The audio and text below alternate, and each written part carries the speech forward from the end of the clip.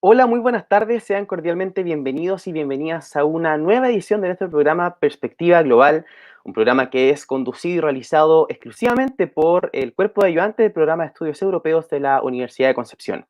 En el día de hoy, nosotros teníamos pensado que nuestro compañero Andrés Cobo fuese la persona encargada, ¿no es cierto?, de llevar a cabo este programa y esta entrevista, pero por motivos de salud, desgraciadamente, él no puede estar con nosotros, así que voy a ser yo, ¿no es cierto?, quien lo va a reemplazar hoy.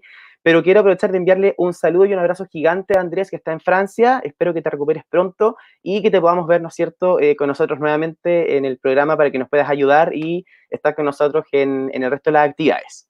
El día de hoy vamos a conversar sobre Europa. Europa hoy día sigue siendo noticia, no solamente con lo que está pasando en Estados Unidos, sino que también con sus propios procesos que están llevando a cabo luego de la crisis de la pandemia del COVID-19. Y para eso tenemos una invitada muy especial. Vamos a estar conversando con Susana del Río y vamos a aprovechar de contar quién es Susana del Río, que está en este momento en la pantalla. Susana, ¿cómo está? Muy buenas tardes.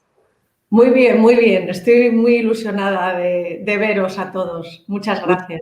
Muchas gracias a usted por estar con nosotros. Y bueno, voy a aprovechar de introducir a Susana del Río. Ella es doctora en Ciencias Políticas, es directora del grupo de expertos de la Convención sobre el Futuro de Europa, académica de la Academia de Ciencias y Artes. Además es autora de varios libros, pero exclusivamente de 3 que están ahí, que son sobre la Unión Europea. Además es profesora del Centro de Estudios Políticos y Constitucionales de Madrid y es profesora también del máster en Unión Europea. ¿Se me quedó algo en el tintero, profesora? No, está fenomenal. Que soy muy Perfecto. europeísta, que soy muy europeísta. Eso es muy bueno, es muy europeísta también. Bueno, el motivo de la reunión de hoy, de esta conferencia, es hablar sobre la Unión Europea y, no es cierto, la profesora nos va a presentar su ponencia que se llama La Unión Europea desde la crisis del 2008 hasta la pandemia de hoy. Profesora Susana, las pantallas son solamente suyas, así que por favor, adelante con su ponencia. Muchas gracias, Ricardo. Bueno, en primer lugar, decir que estoy muy ilusionada porque las nuevas tecnologías nos permiten estar viéndonos, estar pues sonriendo. Es cierto que no podemos abrazarnos, pero bueno, estamos aquí y quiero dar las gracias en primer lugar a Paulina Astraza, a quien la conozco desde hace ya muchos años. Paulina, sé que nos está viendo vía YouTube. Quiero daros las gracias a todo el grupo de ayudantes del programa de estudios europeos de la Universidad de Concepción en Chile. Y bueno, la pandemia, el COVID-19 ha llegado desgraciadamente, nos ha llegado y es la primera vez que nos sucede a todos algo al mismo tiempo, tan grave, por lo cual ahora tiene más sentido que nunca pues estar juntos, luchar juntos y a mí me gusta resaltar vencer juntos. Quiero dar las gracias también a Andrés Co, porque, bueno, pues sé que por un tema médico y, bueno, desde París nos está siguiendo y está ahí, pues bueno, interactuando con todo para que todo salga, toda la emisión de forma correcta y bueno, Andrés, que ya tendremos seguramente oportunidad de vernos. Yo lo primero que quiero decir, me gusta mucho cuando Ursula von der Leyen, la presidenta de la Comisión Europea, termina sus intervenciones, ¿no? Sus brillantes intervenciones en el Parlamento Europeo y dice «Viva Europa», larga vida Europa, ¿no? Y bueno, yo desde mi granito de arena quiero decir también viva la Unión Europea, viva Europa, viva América Latina, viva los 5 continentes y los ciudadanos de todos los continentes del mundo. Para mí, que soy europeísta convencida, que soy una persona que cree en la Unión Europea, pues lo que quiero es, desde mi experiencia, desde mi trayectoria académica y también desde mi ilusión, intentar en esta tarde, me gusta ver que son las 8:04 aquí en España y bueno, y allí las 2:04 de la tarde en Chile. Y eso es bonito y eso nos permite ver que sea cual sea la franja horaria, podemos estar juntos y podemos vencer juntos. Voy a hacer unos flashes muy rápidos de momentos, de etapas, de ítems que considero muy relevantes en el proceso de integración europea, siempre diciendo que la Unión Europea es proyecto y proceso en sí misma. Así lo va a ser siempre. Esto no quiere decir que no podamos alzar, que no podamos conquistar, que no podamos llegar a un momento importante, culmen en este proyecto. Lo debemos conseguir, pero también tenemos que continuar siendo capaces siempre de ser un proyecto, porque cuando se es un proyecto, lo bonito es que siempre tienes también capacidad para hacerte, rehacerte, renovarte una y otra vez. La Unión Europea en el 2008 vivió una crisis importante. En el 2009 tuvimos las elecciones al Parlamento Europeo. Y en toda esta etapa a mí me importa mucho recoger dos momentos que considero muy importantes para que se vuelquen y para que los reforcemos en esta etapa tan difícil para todos.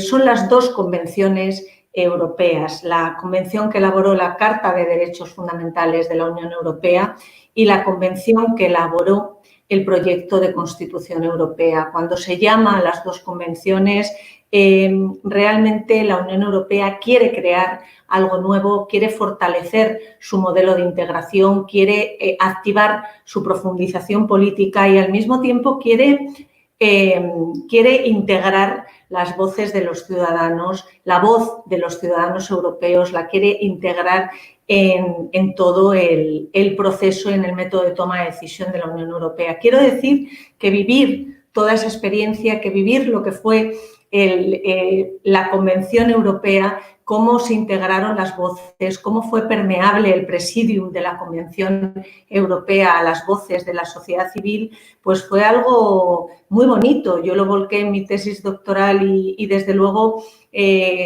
creo que ahora es el momento de volver a la mirada y volver el trabajo y volver la acción y la puesta en marcha a esas ideas, a esas propuestas y a esa forma de hacer política, pero siempre con la democracia representativa delante, con la democracia representativa marcando paso, con la democracia representativa llevando el timón, porque es nuestro Parlamento Europeo, es nuestro hemiciclo en el Parlamento Europeo, la voz de nuestros eurodiputados, la que sin ninguna duda, activa, crea Unión Europea, porque nuestra voz, con nuestros votos en las elecciones al Parlamento Europeo, son las que hacen posible que nuestros eurodiputados sean capaces de trasladar a la Unión Europea y a la acción política de la Unión Europea lo que queremos. Por esto siempre digo que democracia representativa complementada por la participativa y siempre en ese orden. Me gusta la democracia viva, la democracia supranacional europea ágil, viva, fresca, que se sepa renovar, reverdecer, pero siempre creo que lo tiene que hacer desde el orden, desde la capacidad y la referencia de nuestras instituciones.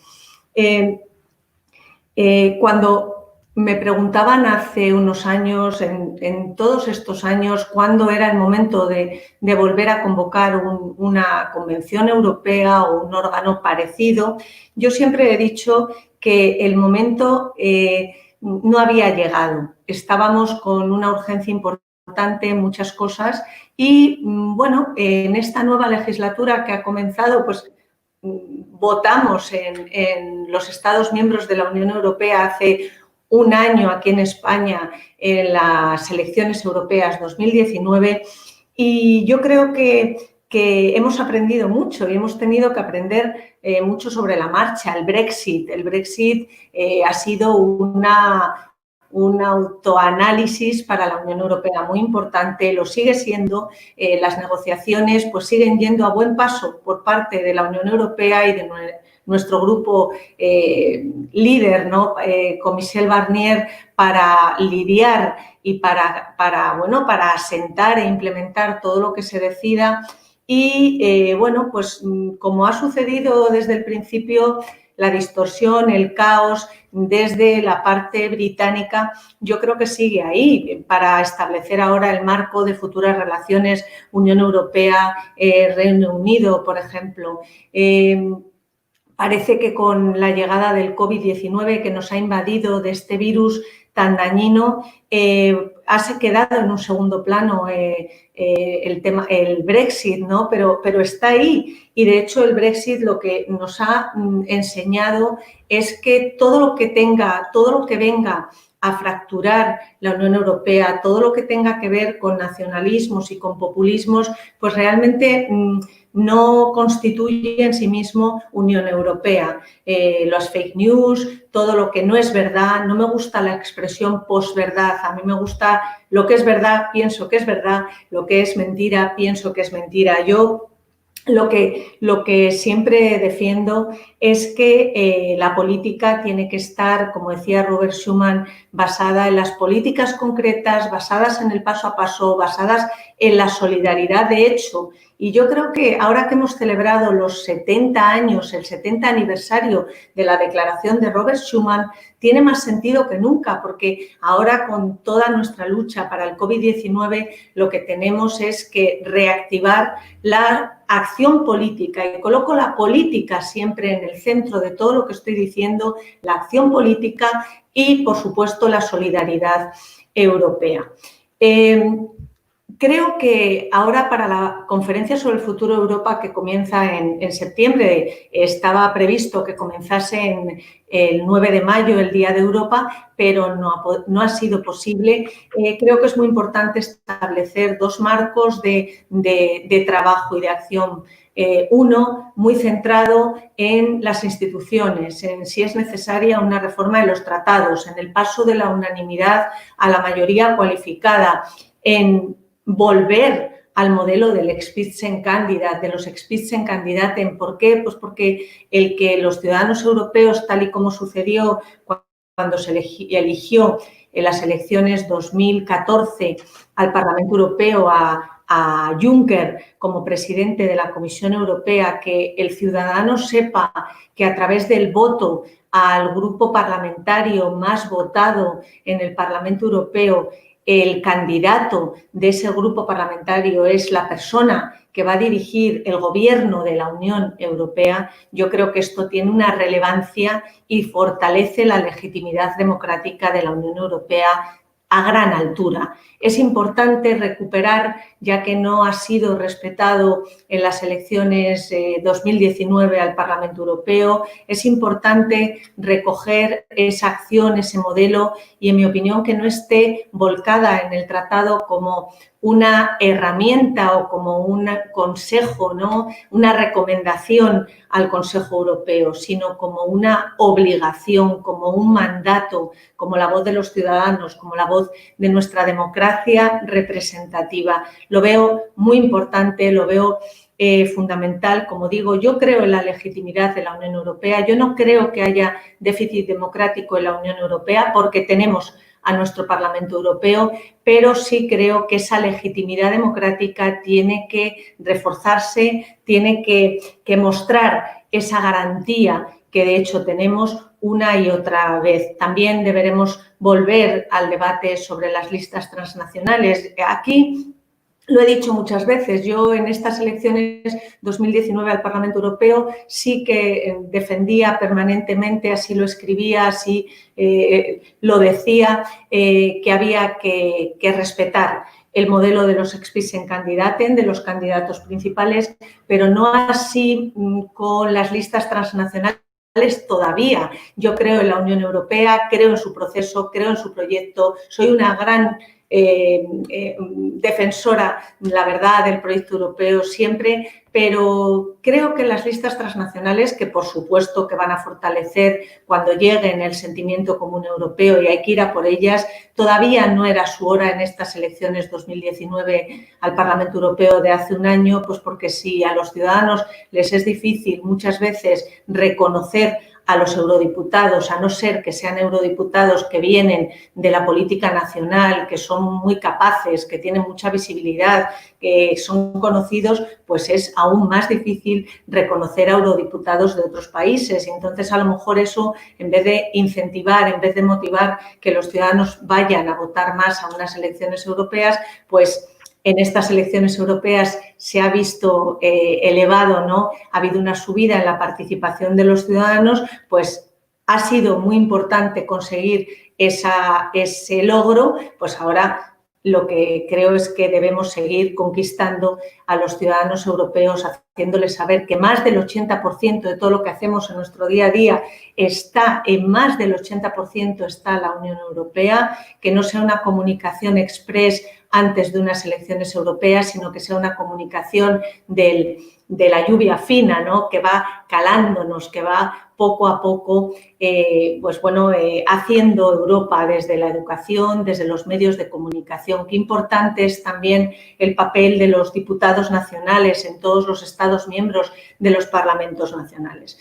Y aquí quiero decir que, como todos saben, la Carta de Derechos Fundamentales de la Unión Europea está vinculada jurídicamente al Tratado de Lisboa. No tuvimos Constitución Europea como tal, pero por los noes en los referéndum de Francia y de Holanda al proyecto de Constitución Europea, pero en los enunciados, en los conceptos, vamos, más del 90% de lo que tenemos en nuestro Tratado de Lisboa es Constitución Europea. Y aquí quiero volver a los nacionalismos y a los populismos o a lo que fragmenta la Unión Europea. La Unión Europea es integración, es unión, es suma, es modelo constitucional en sí mismo, es suma de las constituciones de los Estados miembros, es Estado de Derecho. El COVID-19 y lo que está sucediendo nos está mostrando que tenemos que alzar la unión,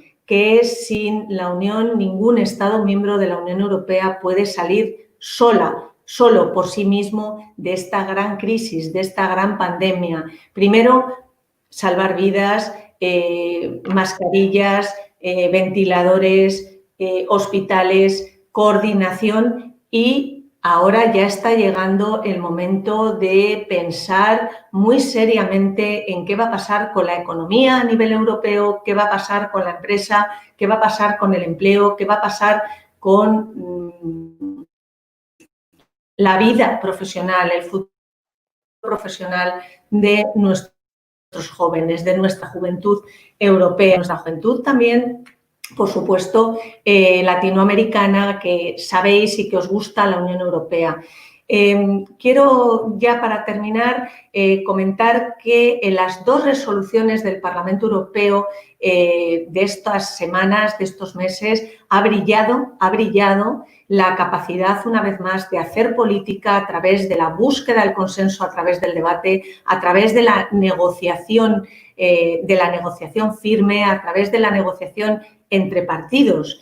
Eso es altura política, eso es razón de Estado a nivel europeo, porque de ahí deberían aprender mucho todos los Estados miembros. ¿Y por qué? Pues porque los eurodiputados son capaces de establecer y de mover sincronías tanto entre su propio grupo parlamentario en otros Estados miembros como entre otros grupos parlamentarios de su mismo Estado miembro, de su mismo país. Esa acción política multinivel que establece y se ensambla permanentemente con la gobernanza multinivel europea es muy, muy importante. Para mí, todo lo que tiene que ver con sincronizar, con armonizar, es lo que va a permitir, a través de una buena coordinación, que salgamos juntos de toda esta crisis. Estoy segura que va a ser así. La Unión Europea lo ha hecho otras veces, la Unión Europea va a ser capaz de hacerlo otra vez. También resaltar que cuando Ursula von der Leyen presenta el pasado miércoles su propuesta, y hay que subrayar que es una propuesta de plan de recuperación para la Unión Europea, como se está llamando Next Generation EU, hay algo que es muy valioso. Siempre digo que la Comisión Europea tiene que decidir en la balanza, en el dilema entre ser, que por supuesto lo es, ¿no? Hacer un papel de unión, de escucha, de interconexión, internegociador entre los gobiernos de los Estados miembros, o ejercer un papel como gobierno europeo. ¡Qué importante! Y ahora era el momento, era la etapa de coger con fuerza las riendas de la capacidad como gobierno europeo, que la tiene. Y ha sido así. Yo estaba siguiendo la sesión plenaria del Parlamento Europeo y ha sido así. Tengo que decir también que Ursula von der Leyen, no este miércoles, pero en su comparecencia, en su presentación en una sesión plenaria anterior ante el Parlamento Europeo, pidió perdón a Italia fundamentalmente por no haberse coordinado la Unión Europea muy rápido cuando Italia estaba pidiendo ayuda. Esto es valor político, esto es entender qué es la política.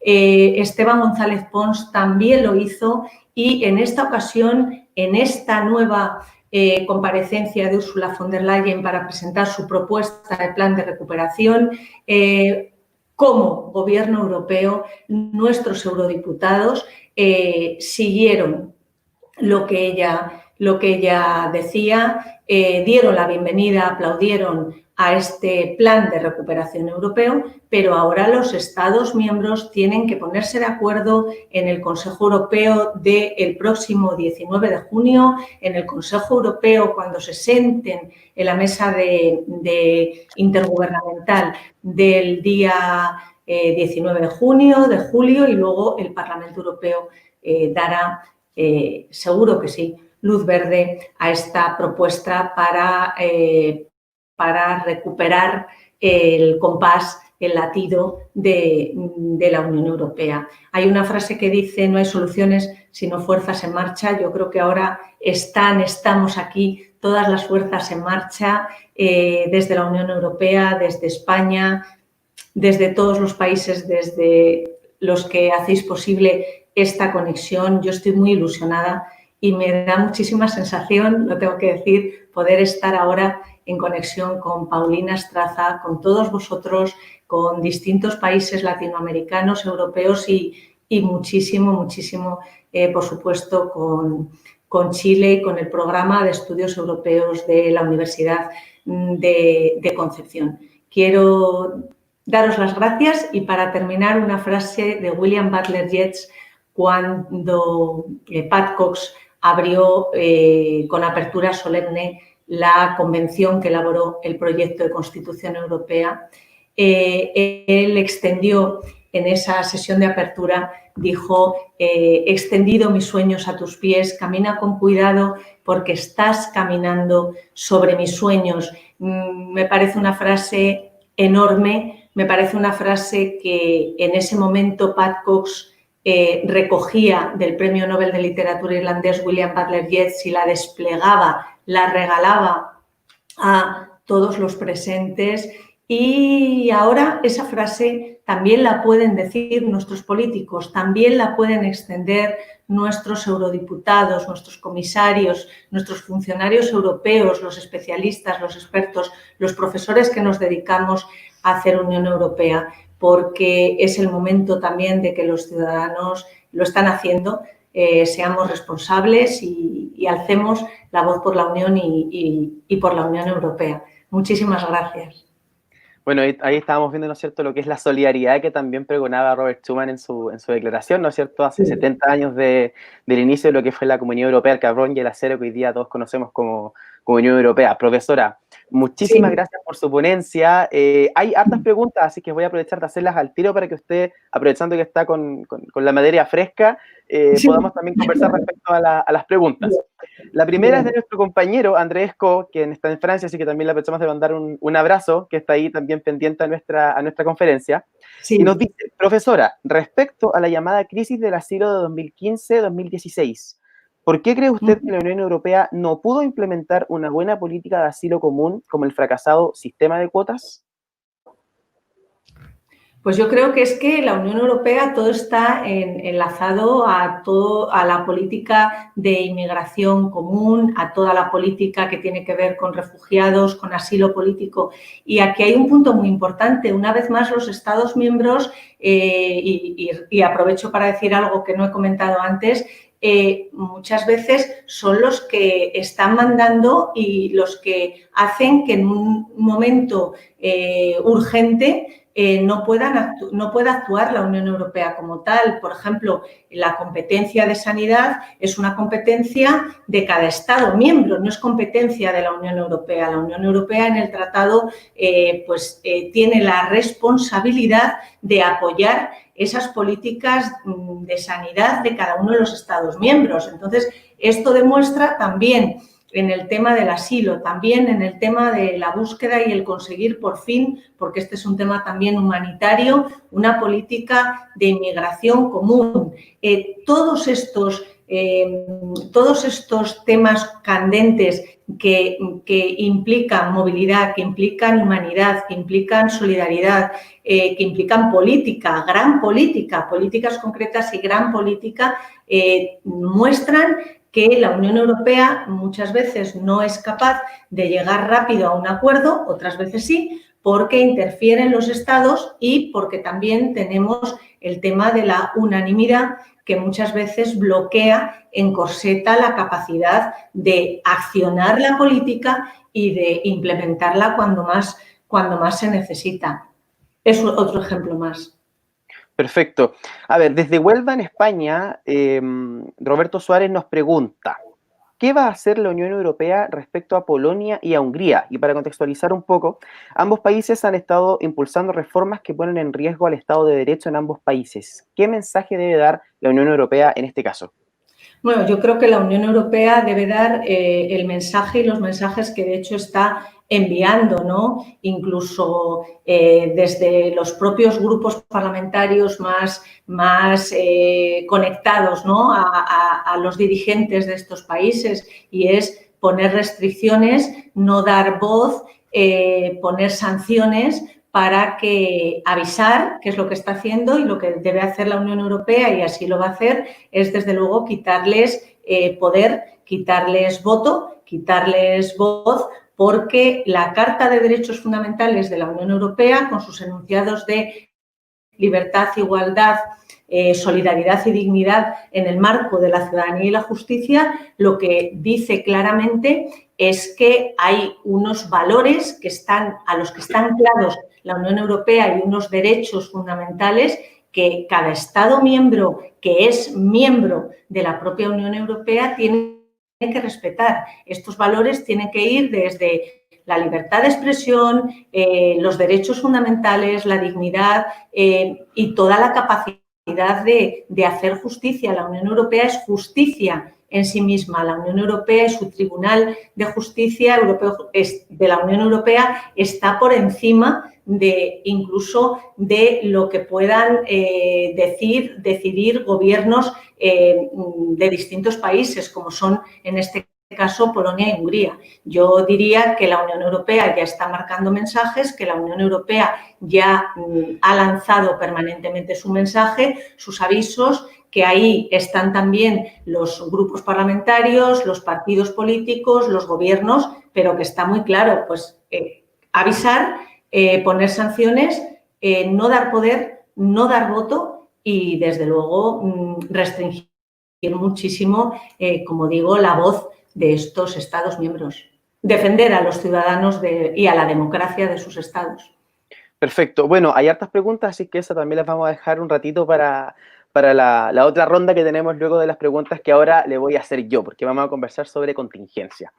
En Estados Unidos vimos que hace más o menos una semana comenzó un movimiento muy fuerte respecto a lo que es el racismo, luego de que a un ciudadano, ¿no es cierto?, estadounidense de raza negra lo hubiesen asesinado una persona del cuerpo de policías luego de un supuesto mal pago que se estaba realizando con un billete falso, y que esto levantó un cierto movimiento gigantesco en Estados Unidos, y no solamente ahí, sino que también en el resto del mundo, y Europa obviamente no está ajeno a esto, ya que en Europa se han levantado varios movimientos, pese a que obviamente todavía hay sectores y países donde hay sectores con un confinamiento muy grande, también han estado manifestándose en rechazo, ¿no es cierto?, lo que pasó en Estados Unidos, pero Europa tiene una voz súper potente en ese aspecto, porque el tema de lo que pasó con este ciudadano estadounidense también se ha visto en Europa, y de hecho se ha visto muchas veces en países que uno podría decir no deberían estar pasando estas cosas, como lo que pasa en Francia, especialmente en los bordes de Francia, donde llegan justamente inmigrantes que vienen de África, y también se da esta tónica. ¿Cuál cree usted que tiene que ser el mensaje que debe entregar la Unión Europea en este caso, que está pasando también en Estados Unidos y que ya se ha convertido en un tema global? Pues la Unión Europea ya está lanzando su mensaje, todos los ciudadanos tienen que lanzar su mensaje de no discriminación, su mensaje potente, es que la Unión Europea es en sí misma, lo lleva en su esencia, lo lleva en su corazón, lo lleva en todo su ser, ¿no? Tiene que ser no discriminación. La Unión Europea, la búsqueda de la paz, el diálogo, el respeto a todos los seres humanos, a todos los ciudadanos, lo lleva en su alma, ¿no? Yo creo que la Unión Europea, y lo tiene en muchos temas, ¿no? Esta mañana me preguntaban, por ejemplo, y bueno, al lado de lo que ha sucedido en el tema de discriminación a un ciudadano negro en Estados Unidos, pues no es comparable, ¿no? Pero me preguntaban sobre el papel también de la Unión Europea en todo lo que es la digitalización, la inteligencia artificial, la economía digital. Pues para mí la Unión Europea, el papel que tiene que tener, ¿no?, en su rol en todo este asunto tan grave de discriminación es el del equilibrio, es el de la defensa de los derechos humanos, es el de que todos los ciudadanos nos levantemos, así lo estamos haciendo. Hoy me he acordado muchísimo, de hecho he empezado a pensar, debería escribir algo en relación a este tema y a Obama, ¿no? Pensaba, Obama con sus discursos, con su forma, yo creo que el liderazgo de Obama, el primer negro, ¿no?, presidente de los Estados Unidos, yo creo que ese lema, que ese mensaje es un mensaje poderoso, y la Unión Europea, vuelvo a decir, siempre tiene un papel importantísimo. Yo ya no voy tanto muchas veces a la Unión Europea, líder del mundo, tal. Yo ya llevo mucho tiempo diciendo que no, diciendo que la Unión Europea, por ejemplo, ahora en la crisis del coronavirus y para vencer al COVID-19, tiene que coordinarse, que hablar con una sola voz. ¿Para qué? Pues para, unidos, salir de esta situación tan grave.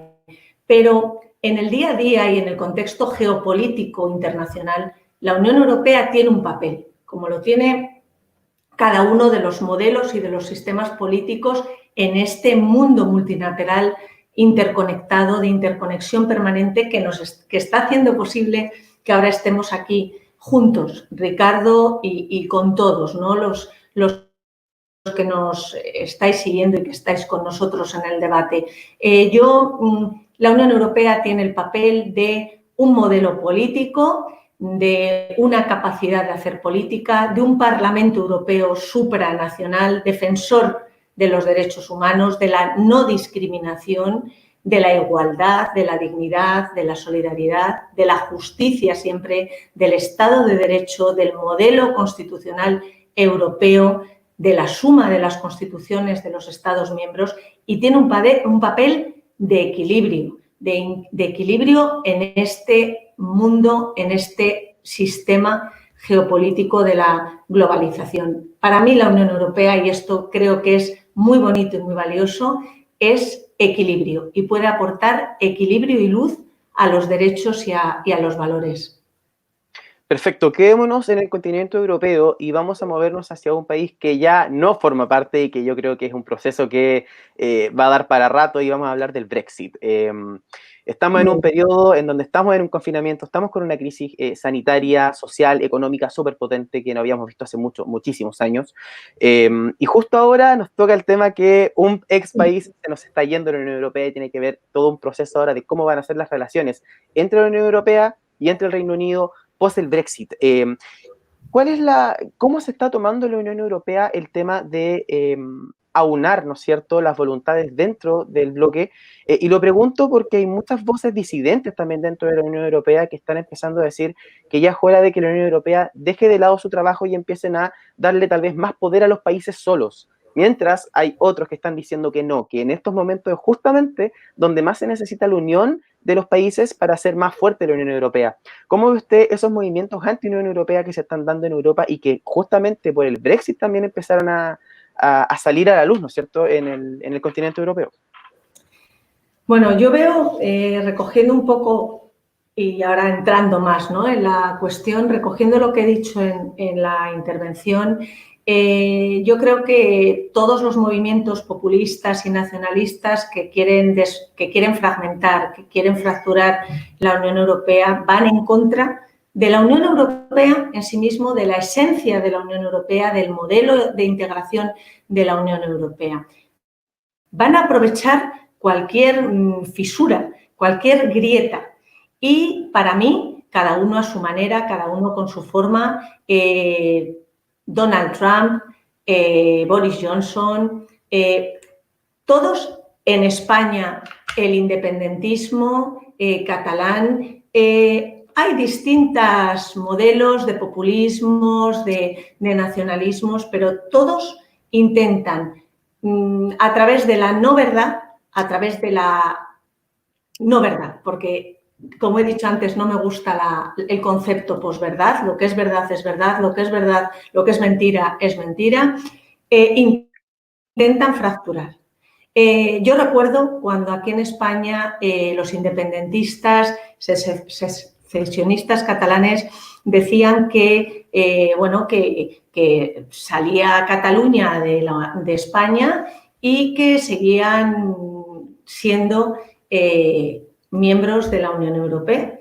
Y claro, es que es imposible. ¿Por qué? Porque no son un Estado, son una comunidad, y lo subrayo, autónoma. Si una comunidad autónoma se va, se independiza de un Estado miembro o cualquier entidad subestatal, automáticamente, en un solo clic, se va de la Unión Europea y luego que se ponga la cola a ver si se admite su adhesión, etc. Para mí es el momento de la unión. Se estaba hablando también mucho estos días de que es el momento de ir abriendo de nuevo otra vez las fronteras, de que vuelva a tener luz nuestro gran logro Schengen. Han tenido que ser cerradas por una causa mayor, por una causa enorme como es el COVID-19, para que no siguiera su propagación, no facilitar que el virus se propagase, pero Schengen está ahí. Los populismos, los nacionalismos, las fracturas, todo lo que tiene que ver con fake news, todo lo que tiene que ver con no verdad, todo lo que tiene que ver con nacionalismos, con populismos, realmente no es Unión Europea. Y si algo está mostrando el COVID-19, tristemente, es de todo se aprende, ¿no? Si algo está mostrando es lo que he comentado antes. Solos no podemos salir, ningún Estado, ningún país, de esta pandemia. Los que quieran replegar o replegarse en movimientos nacionalistas no van a poder salir solos. Para mí el Brexit ha sido una gran, ¿cómo lo diría?, algo surrealista de alguna forma. Es cierto que los británicos siempre han tenido, ¿no?, algo diferente, ¿no?, en su modelo de negociar, siempre digo, han conseguido con su moneda algo muy visual, conducen por el otro lado. Pues es que conducen por el otro lado, es que más visual que eso, pero qué gran historia, qué gran aportación a la Unión Europea, a la paz, a la paz después de la guerra. Hemos citado mucho a Churchill estos días. Yo no estoy de acuerdo en que estemos en una guerra con el COVID-19, pero sí en citar a Churchill en todo su poder, ¿no?, de vencer reticencias para ir a por algo sólido, como era la paz, ¿no?, como es la paz, que la tenemos que tener presente siempre y luchar para que se mantenga siempre. Para mí, cuando se cerró el Parlamento británico, yo no me lo creía. Yo soy una gran defensora de los parlamentos. Me gusta muchísimo la política y me gusta muchísimo el debate parlamentario, ¿no? La voz de los ciudadanos en nuestros eurodiputados.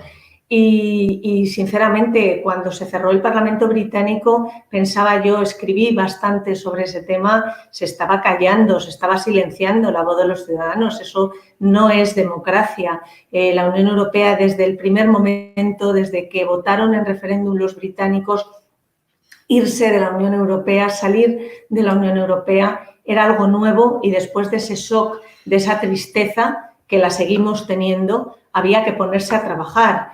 Y, desde luego, la Unión Europea hacía los deberes, iba a cada Consejo Europeo con los deberes hechos. No era así ni con Theresa May ni luego con Boris Johnson, no era así. Y yo, la verdad, pienso mucho en la solidaridad intergeneracional siempre y pienso mucho en todos los jóvenes que no fueron a votar ese día en el referéndum para el Brexit o no Brexit. Siempre he pensado que si hubiese habido otro referéndum y que se hubiera sabido que con su voto iban a paliar, ¿no?, esa salida del Reino Unido, que ahora irían todos a votar por su futuro, junto a muchas personas, políticos, adultos que votaron no, que votaron sí a irse de la Unión Europea, votaron sí al Brexit. Y, bueno, se produjo una tormenta perfecta, algo que hizo que el Reino Unido, que los británicos no estén. Yo espero que vuelvan, Estuve en septiembre en Oxford en un seminario muy bonito sobre inteligencia artificial, organizado por la Fundación FIDE, inteligencia artificial, economía digital, pues todos los temas que están ahora, ¿no?, en todo el proyecto para esta legislatura europea que presentó Ursula von der Leyen al comienzo de la legislatura, inteligencia artificial, Green Deal, enlazado, por supuesto, a la lucha contra el cambio climático, en todo lo que tiene que ver con encontrar por fin y hacer una política europea de inmigración común, en todos los temas de seguridad, de defensa, fortalecimiento del eurozona, etcétera.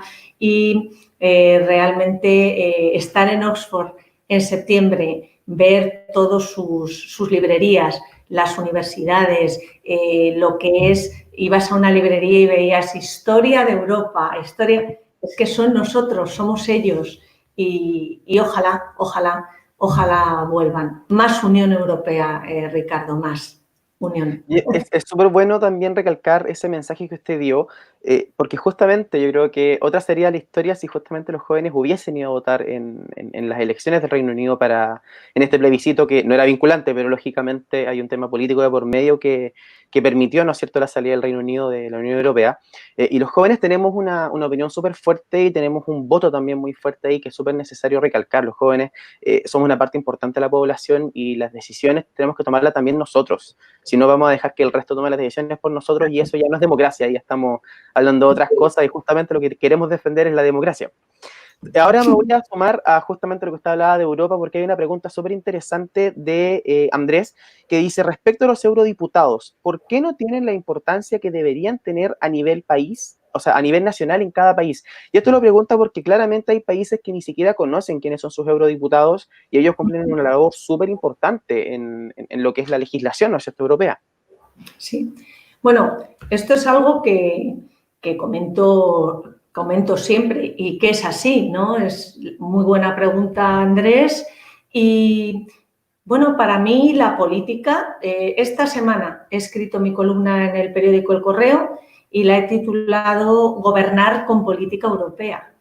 Y es que yo creo que la propia Unión Europea tiene que gobernar con política europea, y ahí lo enlazaba a cómo ha inclinado la balanza Ursula von der Leyen en ese dilema entre ser más gobierno intergobiernos o ser más gobierno europeo, y que lo ha mostrado el miércoles ante el Parlamento Europeo presentando su propuesta de plan de recuperación.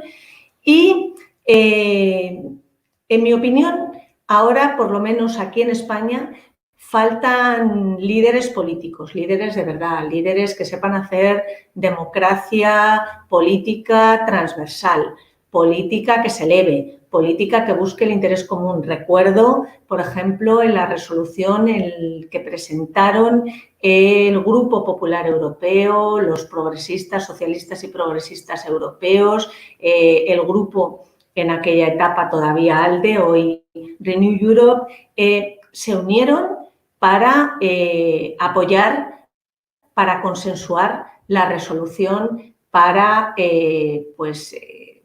reconocer a Juan Guaidó como presidente legítimo interino de Venezuela. O sea, el Parlamento Europeo fue rapidísimo. Esteban González Pons, eurodiputado español del Grupo Popular Europeo, activó, logró que se incluyera en la sesión plenaria en el debate el tema de Venezuela y el reconocimiento a Juan Guaidó. Se unieron los líderes de los grupos políticos y se votó mayoritariamente. Recuerdo perfectamente a Antonio Tajani diciendo solemnemente y contento: reconocemos, el Parlamento Europeo reconoce a Juan Guaidó como presidente interino legítimo de Venezuela. Eso es un ejemplo de gran política y, de hecho, lo hizo el Parlamento Europeo antes que otros Estados miembros. Esto es importantísimo.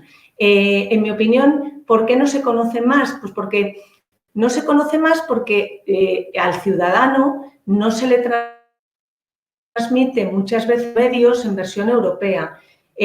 Los ciudadanos, para saber qué hace o qué está haciendo la Unión Europea, qué se está legislando a nivel europeo, qué se está decidiendo a nivel europeo, a veces no lo tienen fácil y abres un periódico, a mí me gusta más leer en papel, abres un periódico y a veces te es complicado, ahora menos, encontrar la parte Unión Europea en un telediario. Lamentablemente, pero también con esa parte buena, el Brexit o ahora el COVID-19, las medidas de la Unión Europea, está haciendo que se vea más a la Unión Europea, pero se la debería ver mucho más en otras cosas. O sea, yo recuerdo, por ejemplo, en el tramo Barcelona-Gerona de AVE, que hace posible una mayor conciliación de la vida profesional y familiar, estaba dando unas clases en la Universidad Pompeu Fabra en Barcelona y yo recuerdo que se ponían la medalla los políticos locales, los políticos nacionales, cuando más del 85% del fondo venía directamente de la Unión Europea. Los ciudadanos tienen que saber también todo lo bueno que se hace, que es muchísimo, además de dónde estamos con nuestros derechos y deberes los ciudadanos, pero que tenemos la suerte de tener un modelo político europeo, un método de toma de decisión europeo, como he dicho antes, una democracia representativa europea complementada por la participativa, tal y como está volcado desde el proyecto de Constitución Europea y también, por supuesto, en el Tratado de Lisboa. Yo ahora mismo, mis líderes políticos de varios grupos parlamentarios son más, miro más a nuestros eurodiputados que a los políticos nacionales. Y además, en el caso, por ejemplo, de España, las descalificaciones, la confrontación política, desde luego, contrasta muchísimo.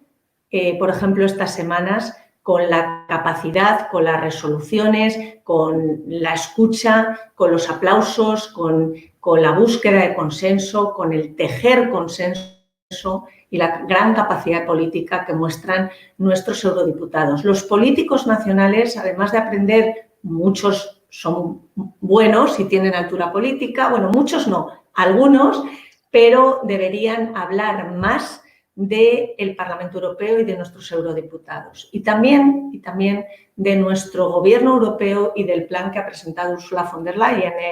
Next Generation EU, tiene ahí un punto de marketing, ¿no? Pero es el plan de la presidenta de la Comisión Europea, Ursula von der Leyen, que a pesar de no haber sido elegida a través del modelo que defiendo del Spitzenkandidat que antes he dicho, tiene en mi opinión, un gran valor en cuanto a la escucha y en cuanto al modo de hacer política. Perfecto, quedémonos justamente en eso que usted habló de política, porque la pregunta que viene ahora es en esa área. Javier Sepúlveda dice, en materia internacional y con la falta de un liderazgo fuerte de Estados Unidos, ¿qué rol debe tener la Unión Europea ante este vacío? ¿Es el momento para que tenga ahora un rol más preponderante en la política exterior? Por supuesto que sí. Yo creo, además, lo que he comentado antes. Bueno, para mí, por ejemplo, cuando digo a mis alumnos, hablamos de política exterior y hablamos de Unión Europea, lo entiendo, es así, pero siempre comento que es que la Unión Europea no es política exterior, que la Unión Europea es política nuestra, que está aquí, que es nuestra política y desde luego en el mundo, en el modelo que estamos viviendo, la globalización, en toda esta situación, a mí me parece lo que he dicho antes, que el papel de equilibrio, el papel de acción política y lo que imprime, lo que es capaz de imprimir la Unión Europea, no es capaz de hacerlo ahora mismo, desde luego, Estados Unidos, con las salidas de tono de Donald Trump o con la no capacidad de escucha, de hacer política. Ahora el mundo, desgraciadamente, por el COVID-19 estamos en una situación muy grave y necesitamos, en mi opinión, líderes en todos los modelos, en todo el contexto de política exterior internacional, pero necesitamos muchísimo por ese papel de equilibrio y por sus valores y por su modelo, lo he dicho todo el tiempo, a la Unión Europea y a nuestros líderes europeos, a nuestros eurodiputados, a nuestros comisarios y a los ciudadanos europeos. Ciudadanía múltiple y múltiples ciudadanías. Desde el Tratado de Maastricht tenemos la ciudadanía europea, tenemos ese gran regalo con nuestros derechos, con nuestros deberes y ahí debemos ir. Ese es el papel de la Unión Europea en política exterior. Perfecto, vamos a seguir en esa área porque también hay otra pregunta que está justamente ligada a eso, pero va más también tirado a lo que es la representación, ¿no es cierto?, de la Unión Europea con algunos conflictos externos. Nicolás de Pedro dice, pensando precisamente en la salvaguarda del modelo de la Unión Europea, ¿crees que se debe adoptar una posición más firme y estratégica frente a países como China o Rusia? Absolutamente. Yo creo que aquí hay varios vamos a decir, áreas, varios espacios. Un espacio, desde luego, es el comercial, el de estrategia comercial, el de estrategia financiera. China, Estados Unidos, como espacios emergentes. Ahora lo que ha pasado, ¿no?, desde China con el COVID-19. Y la Unión Europea, bueno, ahí yo lo que creo es que tiene que atreverse, tiene que ser capaz de ser muchas veces más líder y estar orgullosa de sí misma como Unión Europea. ¿Por qué? Porque tenemos a China, tenemos a Estados Unidos, tenemos un movimiento geoestratégico y geopolítico. No nos podemos olvidar del continente, por supuesto, americano, latinoamericano, no nos podemos olvidar de Asia, China, pero no nos podemos olvidar de África. Cuando el otro día, cuando empezó todo lo de la crisis del COVID-19, el tema de lavarnos las manos, yo pensaba, pero si es que no tienen ni siquiera agua en muchos lugares, ¿no?, para beber. Esto nos está mostrando que tenemos que estar mucho más atentos a la solidaridad europea, por supuesto, y a la solidaridad internacional, a la solidaridad mundial. Y ahí, desde luego, la Unión Europea, y lo vuelvo a decir porque así lo creo y pienso que hay que elevar ese concepto, muchas veces es el papel tan importante de equilibrio de la Unión Europea, la ética, la moral, también, por ejemplo, la inteligencia artificial, ser capaz la Unión Europea de marcar también en la digitalización y en todo el tema de la robótica, de la inteligencia artificial, de poner un sello. Y ese sello, aparte de todo el tema, por supuesto, que venga de informática, de informática, tecnológico, etcétera, en el que no entro, pero que sí que sé que hemos ido por detrás, yo creo que lo que tenemos que activar es esos modelos a nuestras empresas, a nuestros investigadores, a todo el mundo que se dedica a estudiar, ¿no?, y a fabricar elementos que tengan que ver, por ejemplo, con el mundo digital, pero imprimir ese sello, y esto sirve para todo. Y también esta pregunta que hace muy bien hecha Nicolás de Pedro, a mí me parece que el equilibrio y el sello de la ética, los valores, la mesura, y no la innovación por la innovación, porque ha habido unos años, ahora no tanto, en los que la innovación tenía que estar todo el tiempo, la innovación, y yo decía, sí, pero también la innovación viene de guardar, de salvaguardar lo que vale, lo que tenemos, ¿no? Y eso también es innovar, decir, tenemos estos valores en la Unión Europea, somos Unión Europea, y en la inteligencia artificial, en la comunicación, no todo vale.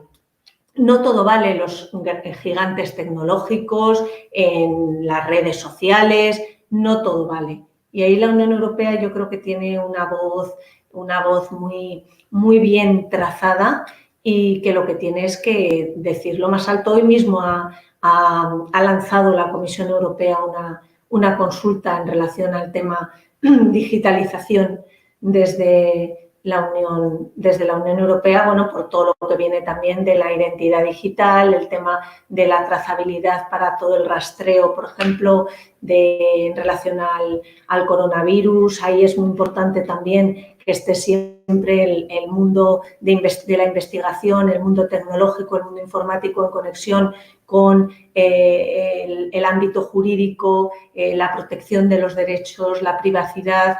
Todos esos temas, yo creo que si no ha ido la Unión Europea por delante en temas digitales, robótica, inteligencia artificial, ahora sí puede y debe, es su responsabilidad ir por delante, como digo, en la protección de derechos, en la protección de privacidad y en todo lo que tenga que ver, como he dicho, con valores fundamentales, equilibrio y defensa de los derechos. Perfecto. Bueno, vamos a ir a la última pregunta. Aprovechamos también de agradecer a toda la gente que nos ha enviado sus preguntas a través de nuestras redes sociales y a través de nuestra transmisión online que tenemos en nuestra página de YouTube. Y les vamos a agradecer también porque por temas de tiempo tenemos que ir también nosotros terminando la conversación. Pero me voy a unir a esta pregunta, la última pregunta, que tiene que ver, ¿no es cierto?, con lo que es la construcción económica que se va a realizar en Europa, ¿no es cierto?, post esta crisis. En Europa, como muchos saben, y los que no saben, aprovechamos también de conversarlo con la profesora, hay ciertos proyectos que deben aprobarse con unanimidad, especialmente los que son de cargo de la Unión Europea en general, y justamente el proyecto de reconstrucción económica requiere unanimidad. En este sentido, la profesora Paulina Astroza, que le mandamos un abrazo gigante y saludos desde acá, nos dice, ¿qué mensaje le diría a los llamados estados frugales, pero principalmente a Países Bajos y Austria, para aprobar en el Consejo Europeo el plan de reconstrucción económica que requiere unanimidad? Hola, querida Paulina. Muchas gracias por tu pregunta.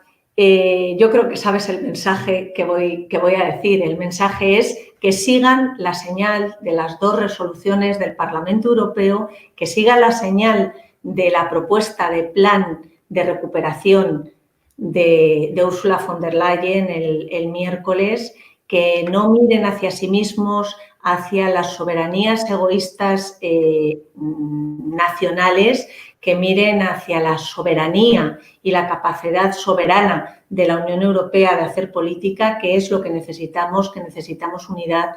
Y estos países, Dinamarca, Austria, Holanda, Alemania ya se ha visto que si bien en el Consejo Europeo de hace un mes pues era más a lo mejor reticente a algunos temas relacionados con la emisión de deuda común.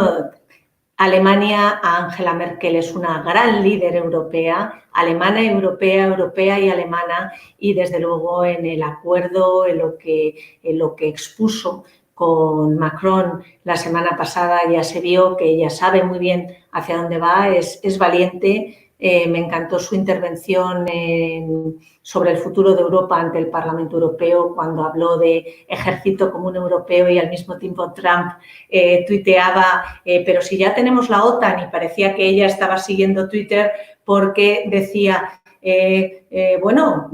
complementaria a la OTAN, un ejército común europeo complementario a la OTAN, Angela Merkel va a defender, estoy segura, esta unidad. Yo creo que estos estados van a ir a favor del plan de recuperación.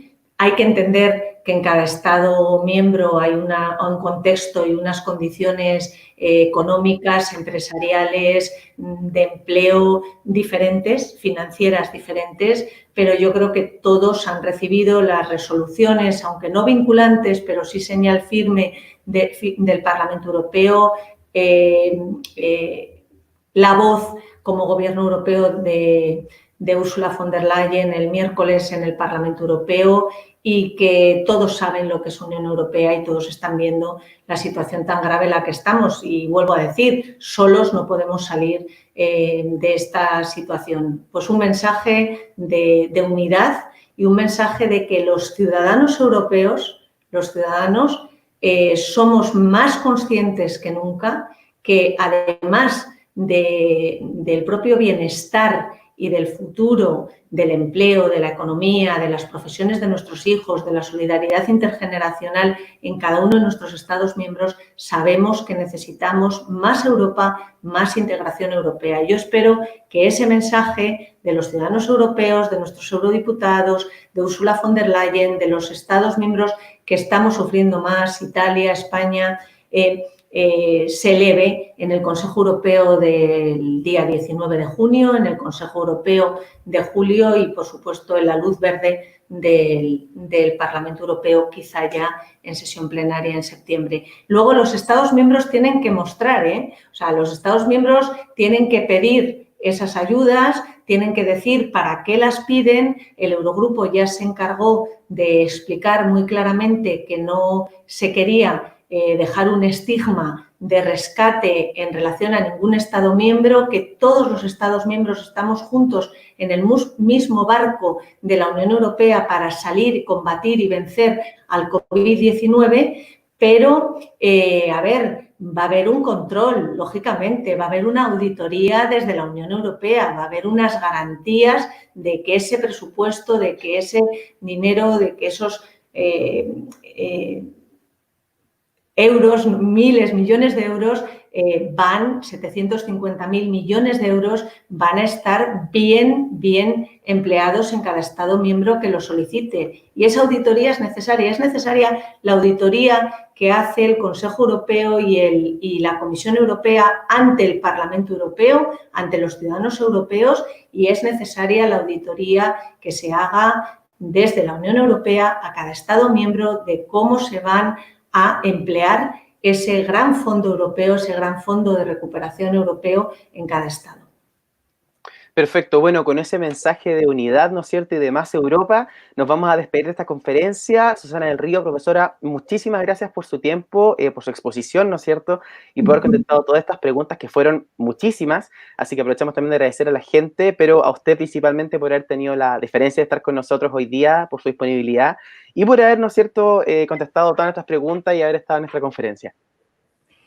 Yo, muchísimas gracias a todos ustedes, a los ayudantes del programa Estudios Europeos, a la profesora y amiga Paulina Estraza, a todas las personas que se han conectado. Muchísimas gracias por las preguntas y volver a decir mi ilusión, mi agradecimiento porque me hayan invitado, porque yo creo que es el momento de unirnos y aunque no podamos, como decía al principio, abrazarnos y estar de forma presencial, el mundo analógico siempre va a ser más importante que el mundo digital. Entonces, yo, por ejemplo, en mis clases echo mucho de menos la presencia.